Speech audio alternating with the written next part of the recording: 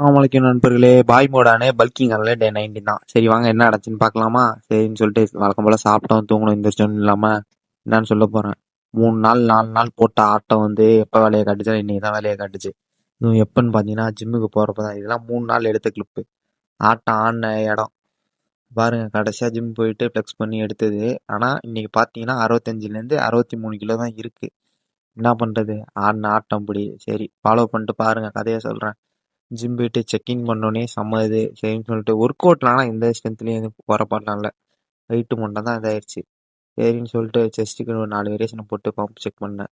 பம்ப்லாம் பட்டாசாக இருந்துச்சு நண்பர்களே, பட்டாசாக இருந்துச்சு. என்ன இனிமேல் கொஞ்சம் கடினமாக இருக்கணும், எல்லாம் கிஸ்தனிக் சொல்கிற மாதிரி கொஞ்சம் கடினமாக இருந்தால் தான் வேலைக்கே ஆகும் போல். சரின்னு சொல்லிட்டு நல்லா பம்பை செக் பண்ணிட்டு பட்டாசாக இருந்துச்சு. எப்போ காம்படிஷன் பண்ண போகிறேன்னு எனக்கே தெரியல, கொஞ்சம் இம்ப்ரூவ்மெண்ட் பண்ணிட்டு தான் பண்ணோம். சரின்னு சொல்லிட்டு இந்த வீடியோவை இதோட முடிச்சுக்கிறேன். பாய், ஸ்டே டியூன்.